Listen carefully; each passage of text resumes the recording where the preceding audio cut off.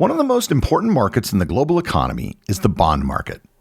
The bond market doesn't get as much attention as the market for stocks, yet the global market for bonds is actually larger than the total value of all publicly traded stocks.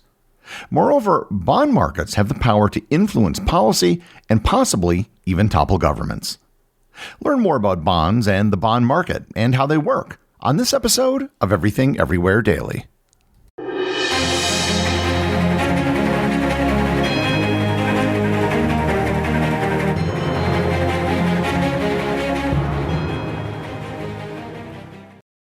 This episode is sponsored by Chubbies. Now that summer is here, your shorts shouldn't hold you back, and Chubbies gets that.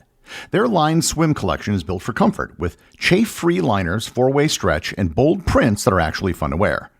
If you're someone who enjoys summers, and I know living in Wisconsin I do, Chubbies makes some of the most comfortable, flexible shorts out there. Their original stretch shorts come in a range of inseam lengths depending on how much leg you want to show. I went with the 7-inch, and the fabric is made for movement without sacrificing style.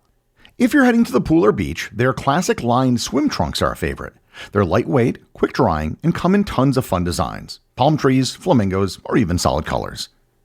Chubbies also has a solid lineup of performance polos, soft, breathable, and ready for anything from lounging at home to heading out for the day. For a limited time, Chubbies is giving my listeners 20% off your order with code DAILY at chubbyshorts.com. That's code DAILY at chubbyshorts.com. Show your support and tell them that I sent you. Don't blend in with the crowd. Stand out with Chubbies. This episode is sponsored by Mint Mobile. Summer is just around the corner, and the folks at Mint Mobile have a hot take. Getting a summer bod is out, and getting your savings bod is in. This spring and summer, we want skimpy wireless bills and fat wallets. And with premium wireless plans for just $15 a month, you can have both without breaking a sweat or the bank. With Mint Mobile, I am able to use the exact same network on the exact same cell towers as I used before with my exact same phone and exact same phone number. What is different are the monthly bills, which are a lot less. All plans come with high-speed data and unlimited talk and text delivered on the nation's largest 5G network. This year, skip breaking a sweat and breaking the bank. Get your summer savings and shop premium wireless plans at mintmobile.com/EED. That's mintmobile.com/EED. Upfront payment of $45 for 3-month 5GB plan required, equivalent to $15 a month. New customer offer for first 3 months only, then full price plan options available. Taxes and fees extra. See Mint Mobile for details.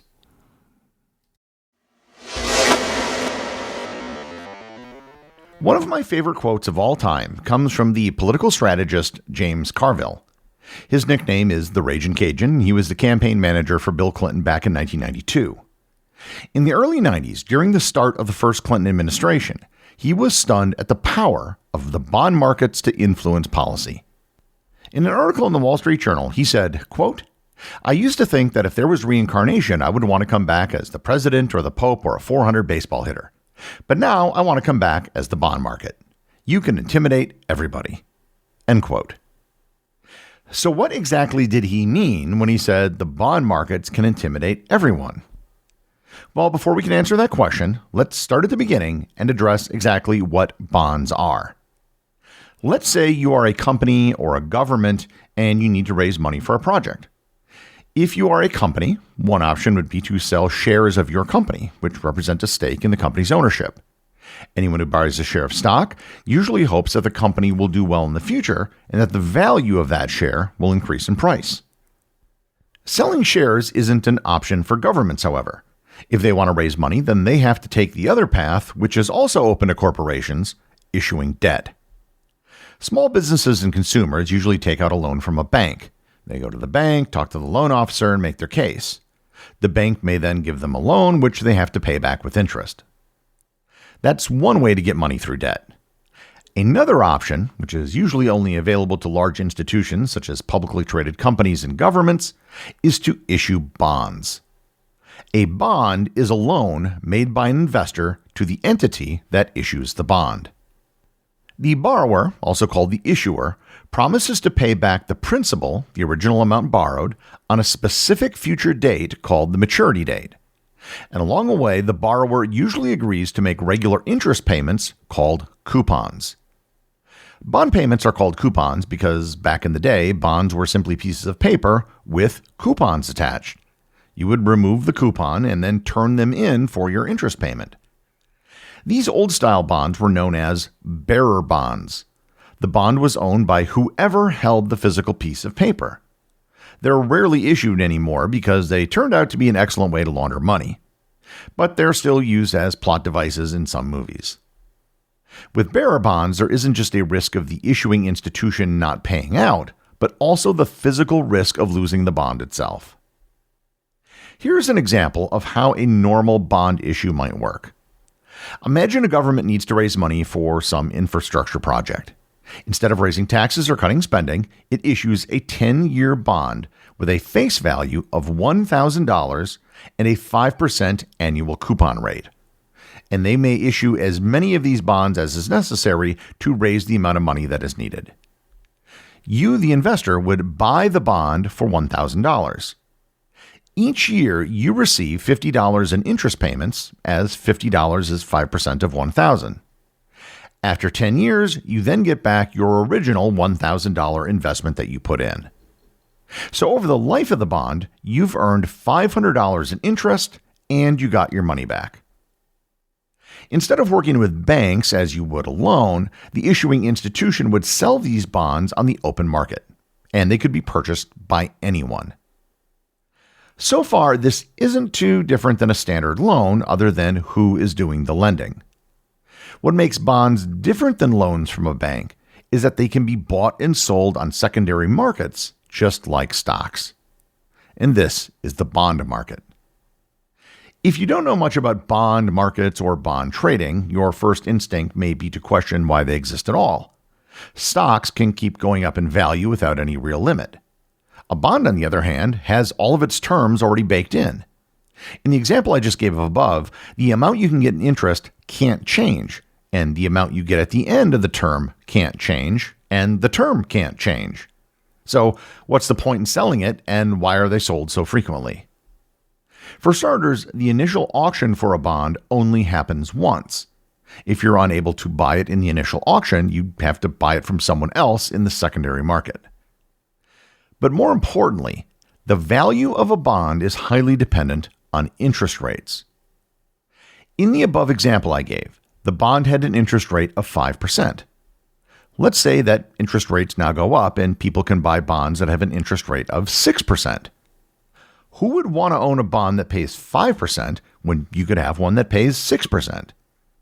The answer is, all things being equal, you'd rather have a bond that pays 6% than one that pays 5%.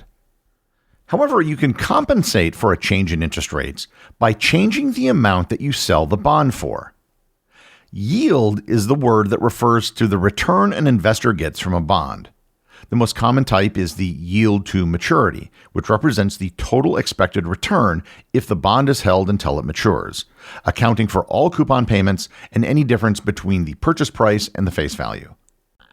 In my example, the yield to maturity of a 10-year $1,000 bond at 5% interest would be $1,500 at its purchase.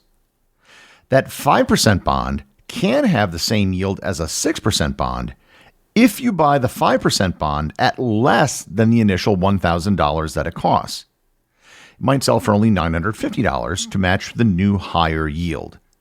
And I'm assuming that no coupons have been issued yet in this scenario, just to make the math easy. By the same token, if interest rates fall, that 5% bond is now more valuable. Yields are one of the most confusing things about bonds and the bond markets. So pay attention because this is one of the most important things you'll learn in this episode.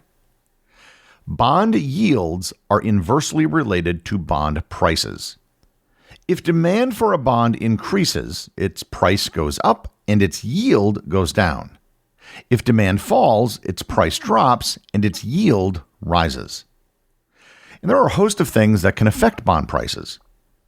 If the central bank is expected to raise interest rates, yields tend to rise in anticipation. Higher expected inflation reduces the real value of future payments, so investors demand higher yields. If an issuer seems less likely to repay, yields rise to compensate for the added risk. More issuance, which is an increase in the supply of bonds, or reduced investor appetite, a reduction in demand, can also push yields higher. Not all bonds and bond issuers are created equal. Some bonds issued by local governments, called municipal bonds, have tax-free interest, which means that they can have lower interest rates to compensate. Some corporate bonds are convertible, which means that they can be converted to stock at the option of the bondholder. The perceived level of risk of the bond will be reflected in the interest rate that the issuer has to pay. Let's say a large company such as Apple Computer, which is flush with cash, has issued a bond. They got a lot of money and revenue and are generally considered to be a low risk. They would be able to sell a bond at near market rates. However, a smaller company that isn't as sure of a bet has to offer higher interest rates to compensate for the increased risks. These are often known as junk bonds. Junk bonds are high-yield bonds issued by companies with lower credit ratings. Credit agencies typically rate junk bonds below investment grade. Michael Milken, who was working at Drexel Burnham Lambert in the 1970s and 80s, famously revolutionized the use of junk bonds. He saw an overlooked opportunity. Companies with low credit ratings weren't necessarily doomed to fail. They were often just misunderstood or undervalued. Milken developed a massive market for these high-yield securities, using them to raise billions of dollars for corporate takeovers and mergers, especially leveraged buyouts. This brings up the subject of how bonds are rated. Bond rating agencies such as Moody's, Standard & Poor's, and Fitch evaluate bond issuers' creditworthiness and assign ratings that reflect the likelihood that the issuer will repay its debts. These agencies analyze a wide range of factors, including the issuer's financial statements, cash flow, debt levels, business environment, and economic conditions. The resulting ratings range from high grade, indicating low risk of default, to speculative or junk status, indicating higher risk. Bond ratings are usually assigned as follows: AAA, AA, single A, triple B, double B, single B, triple C, double C, and C. And some agencies also have a D rating. Investors use these ratings to assess risk and determine appropriate interest rates for lending. While ratings agencies play a crucial role in financial markets, they've also faced criticism, especially during the 2008 financial crisis, for giving high ratings to risky securities and for potential conflicts of interest, since the issuers of a bond often pay for their own ratings. I want to end the episode by discussing the 800-pound gorilla in the bond world, the United States government treasury bonds. The U.S. government is the single largest issuer of bonds in the world. As of the recording of this episode, there is a bit under $37 trillion in bonds issued by the United States Treasury Department that are outstanding. Of that, the federal government currently pays over $1 trillion annually in just interest payments, which is now the third largest part of the federal budget, behind only Medicare, Medicaid, and Social Security. Treasury bills, Treasury notes, and Treasury bonds are all debt securities that are issued by the U.S. Department of the Treasury. And they're all fundamentally the same thing. They only differ in their maturity lengths and how they pay interest. Treasury bills, or T-bills, are short-term securities that mature in 1 year or less. They do not pay periodic interest. Instead, they're sold at a discount to their face value, and then the investor receives the full face value at maturity. Treasury notes, or T-notes, have intermediate term maturities ranging from 2 to 10 years. They pay a fixed rate of interest every 6 months until maturity. Treasury bonds, often called T-bonds, are long-term instruments with maturities greater than 10 years, typically up to 30 years. Like T-notes, they pay semi-annual interest and return the face value at maturity. But due to their long duration, T-bonds are most sensitive to interest rate changes and inflation expectations. A savings bond is the same thing, except that it's sold in smaller units, so it's more affordable to individual investors. Under normal conditions, long-term bonds yield more than short-term ones because investors demand higher returns for locking up their money longer, compensating for inflation and uncertainty. An inverted yield curve is a financial phenomenon in the bond market where short-term interest rates are higher than the long-term interest rates. This inversion typically reflects investor expectations that the economy is heading for a slowdown or a recession. Old bonds are constantly coming due, and new bonds are always being released. The new bonds are often sold to cover the cost of redeeming the old bonds. Going back to the original premise of this episode, bond markets are so powerful because they can increase or decrease bond yields, which forces the government to offer higher or lower interest rates to stay competitive, which means that they have to pay more or less money for their debt. What happens if the Treasury Department has an auction for bonds and no one wants to buy them? In the case of the United States federal government, they would be purchased by the Federal Reserve Bank. One reason Treasury bonds are considered such a safe investment is that the United States would literally never have to default on its debt. All U.S. government debt is denominated in U.S. dollars, and the government can produce as many dollars as it wants. This effectively is what's happening when the Federal Reserve buys bonds that can't be sold at auction. However, this isn't necessarily a good thing, as instead of defaulting on the debt, they're just debasing the entire money supply, which affects everyone. I'll probably be doing a full episode on the federal debt at some point in the future. Bonds and the bond market are an extremely important part of the global economy. And one of the big reasons they're so important is that the markets can quickly change bond yields, which then exert powerful influence over governments and public policy. The executive producer of Everything Everywhere Daily is Charles Daniel. The associate producers are Austin Oken and Cameron Kiefer. Today's review comes from listener D-Dude over on Apple Podcasts in the United States. They write, "Great podcast. I love history. I highly recommend this podcast. I also love that it's short. Please add more episodes on espionage and guerrilla warfare." Thanks, dude. The good news is that I definitely have some episodes that touch on both the subjects of guerrilla warfare and espionage. I don't have any time frames on them, but they are on the list. Remember, if you leave a review or send me a boostagram, you too can have it read on the show.